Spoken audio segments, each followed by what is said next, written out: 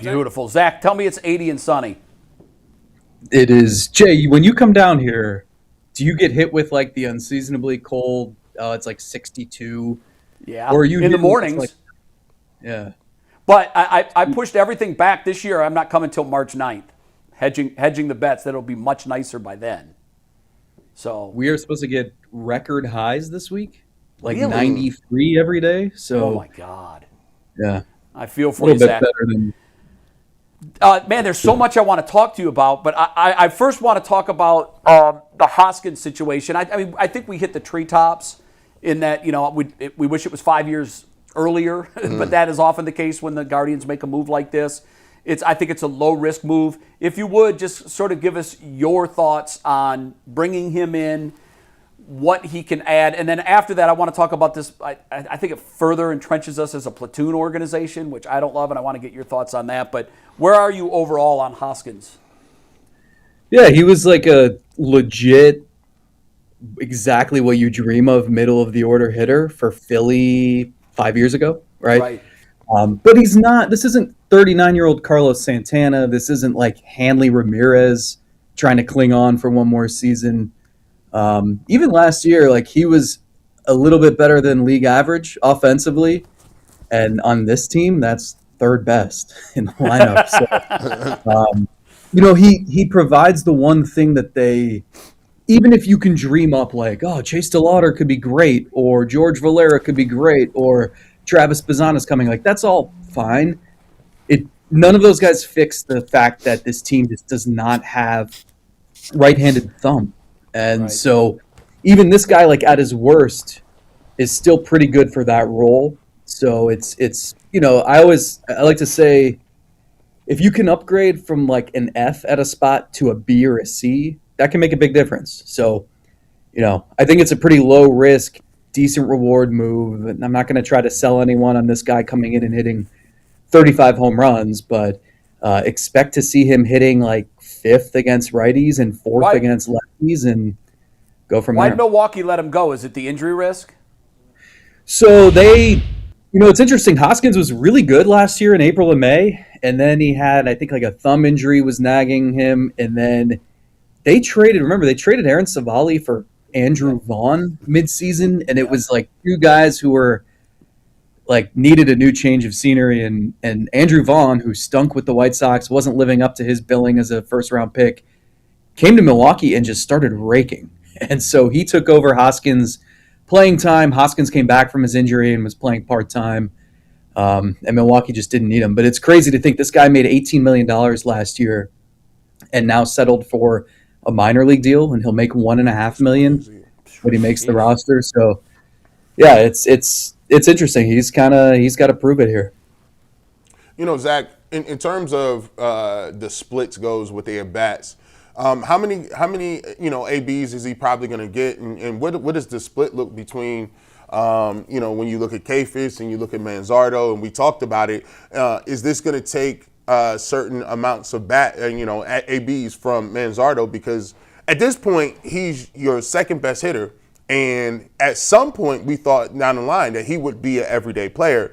Is this a signal that that's not going to be happening? I hope not.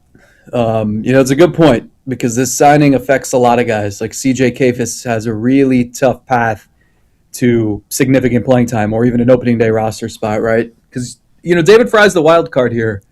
If you think about a lineup against lefties, you want Hoskins in there. He's crushed lefties throughout his career. You want David Fry in there. If Fry's catching, you could have Hoskins at DH and Manzardo at first base. It's easy.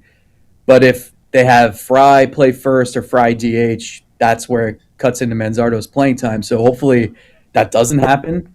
They need to at least give Manzardo a chance to prove he can hit left-handed pitching. So I think they want to do that. This also has ramifications on the outfield, right? Like if Kayfis is now in the right field mix, he's battling with Valera, DeLauter, Nolan Jones. So just a lot of people and a lot of guys we just don't know a ton about yet, and a lot of guys who have injury histories too. So I think it's safe to say Hoskins is going to play a decent amount. He's certainly going to play against lefties, and that's something that they sort of, they coddled Manzardo in that role last year, where they didn't really let him face lefties much. especially down the stretch. And you need to learn if he's an everyday guy or not. And so they got to give him that chance.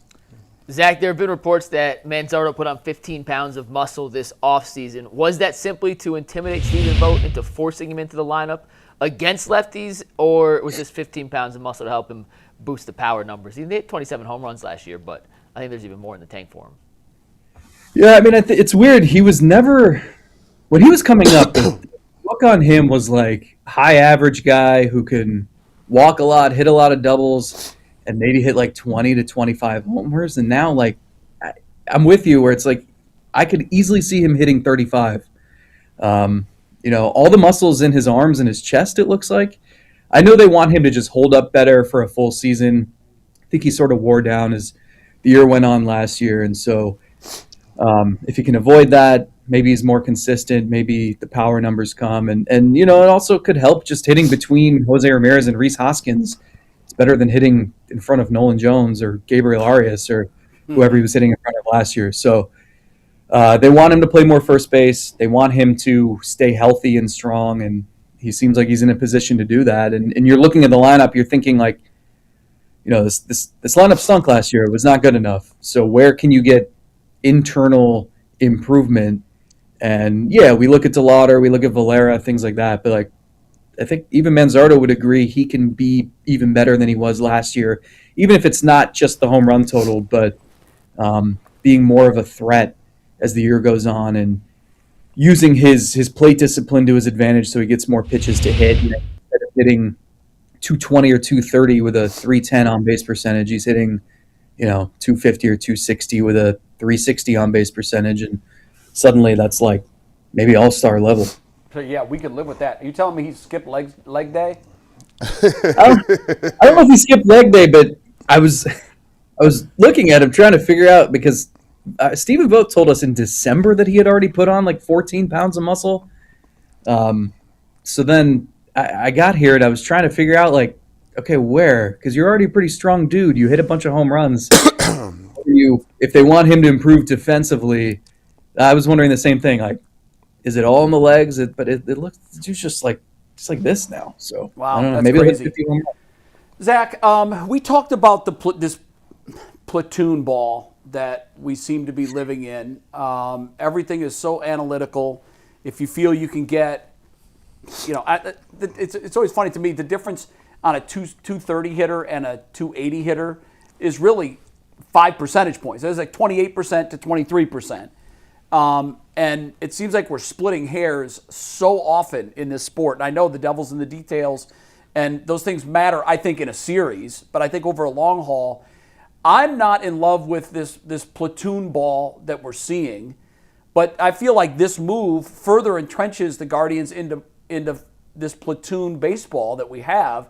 You mentioned some of the, I feel like there's like 13 or 14 guys in the mix here for 8 spots. And I don't ever remember it being like that before. Like, I used to like this, just set it and forget it, and I know we're not going to have the Mike Hargrove mid-90s days where you can do that, but is this a trend in all of baseball, or is it, as it seems to me, that the Guardians are more in on this than most teams? Most teams are in on this. If you're the Dodgers, you maybe only have one spot at most that you're splitting opportunities. But the Guardians, they just don't have enough proven hitters. That's the bottom line here. Like, I think back to the peak team in recent memory was 2017 with the Indians, right? And that team, I think you had a platoon in right field, maybe with like Lonnie Chisenhall, Brandon Guyer, but otherwise, Francisco Lindor was in there every day. Jose Ramirez, Edwin Encarnacion, Carlos Santana. Those guys were playing every day. It was easy for Terry Francona to script out the lineup, and that was that. You maybe had one decision you had to make. They just don't have the proven entities. Steven Kwan's going to be in there. Jose Ramirez is going to be in there. You hope, like Chase DeLauter would be a guy who you can let him face lefties. That's just a matter of whether he can stay healthy. So it's really just they don't have the horses. They don't have the proven commodities yet.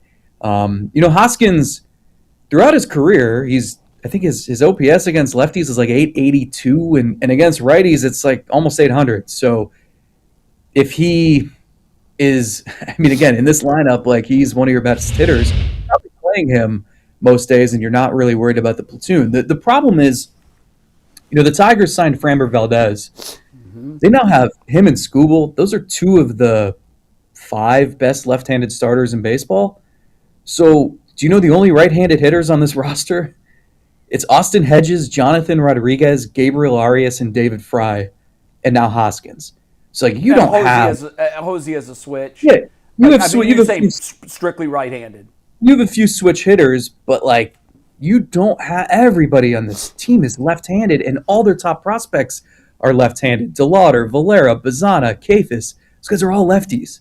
So they needed someone like Hoskins to balance this out, and then they need some of those top prospects to prove that just because they're left-handed doesn't mean they can't hit left-handed pitching. We just haven't learned enough about them yet. Right. Zach, is Steven Kwan a center fielder now? I'll make it simple. Not yet. He's going to start playing there pretty soon, and then they're going to figure out what makes sense. I think it makes it if he can handle it. He's had hamstring issues in the past. I think that's why he hasn't done this yet. But as they're looking at the roster and they're saying, okay, kind of what Jay was talking about, like who's going to be an everyday player on this team? Kwan is one of the answers on that short list that they're certain about right now. And if you look at center field, it's been a complete mess. I mean, you had Miles Straw for a couple years playing every day, but the last 2 years, it's been Angel Martinez one day. Tyler Freeman was the starting center fielder in 2024 for half the season. They have not had an answer. So if you can throw Kwan in center every day, that solves that. And then you can let the figure kids out battle it out for the corners. exactly. Then you can figure out, is it DeLauter in one spot? Is it Valera sharing time with Angel Martinez in another spot? It's also easier to trade for a corner outfielder this summer than it is strictly a center fielder. So I think it just gives them more flexibility.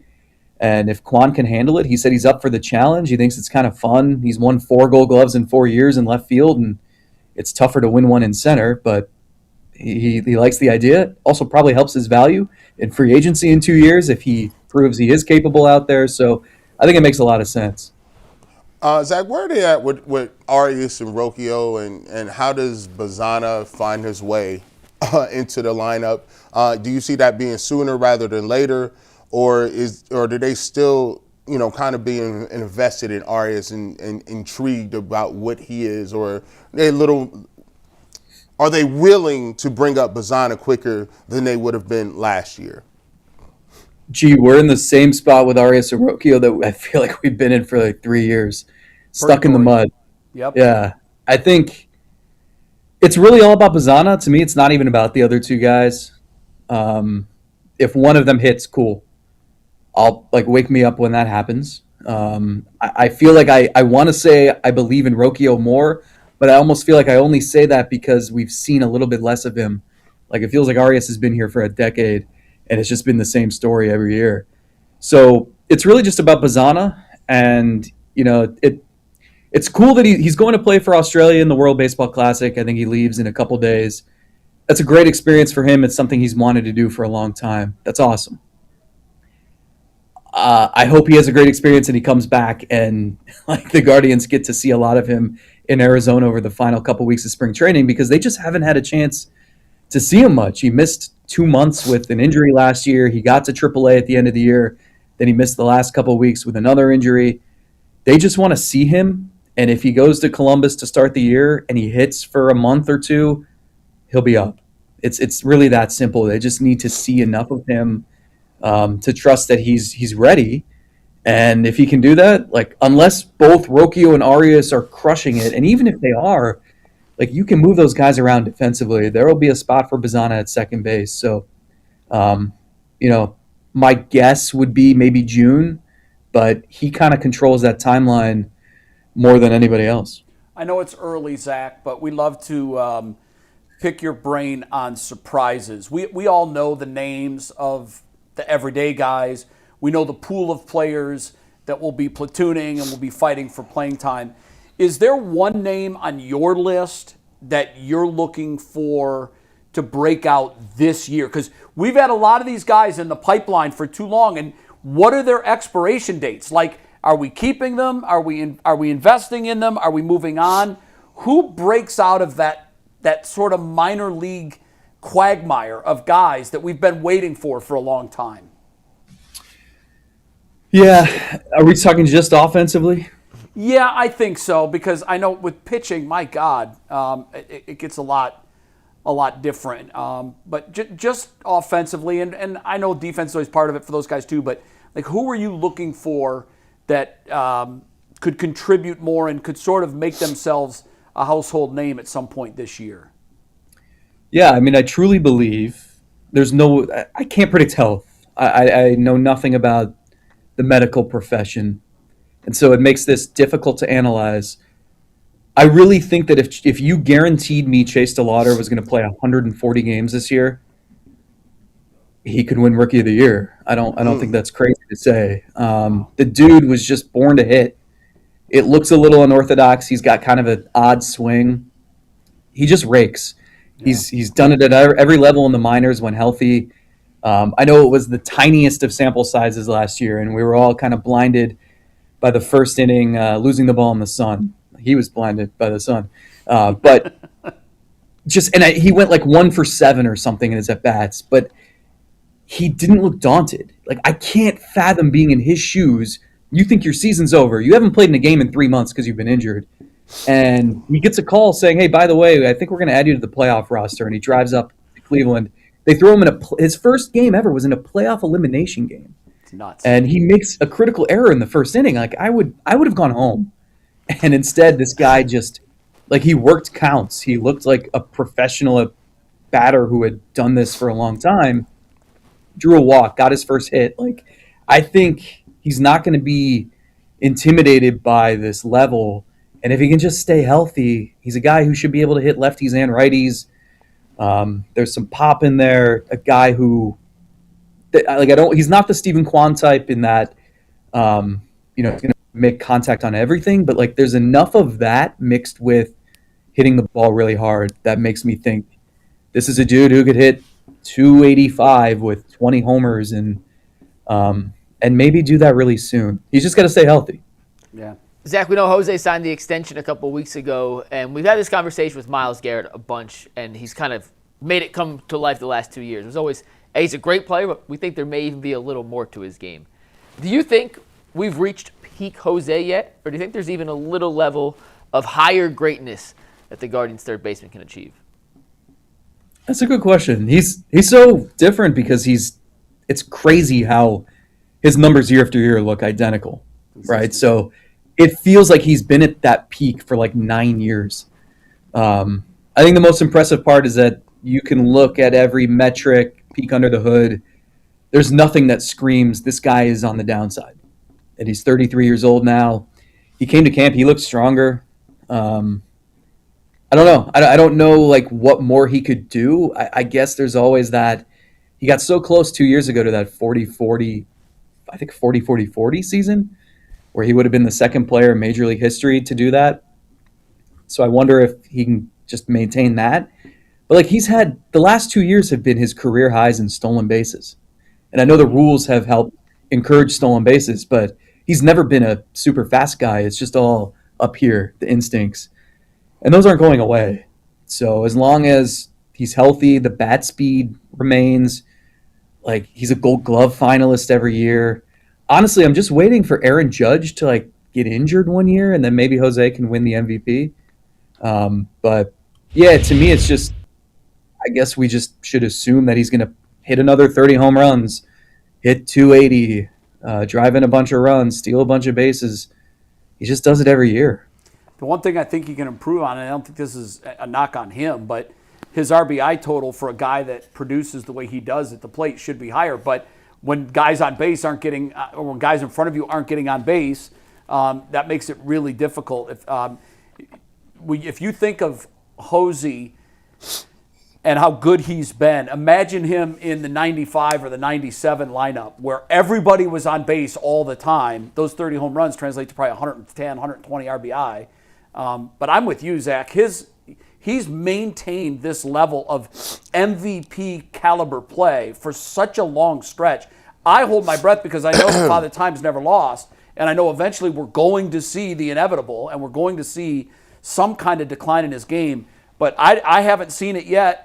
It's the hustle is there every day, the defense, the desire to win, all of the little things that Jose Ramirez does that never show up in the box score.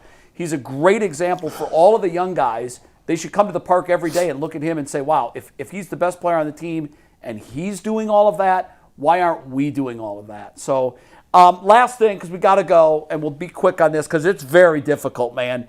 Every year I pick a win total, and it's an exercise in futility because you don't know pitchers, injuries, and everything else. This year I'm going with 89, but I think this year more than any year for me, I wouldn't be surprised if we were plus or minus 6 on that win total. It's because what are these guys going to do? What are these minor leaguers, these kids going to do? So I think there's a wide variance of what we could be, high and low. Where are you on win total?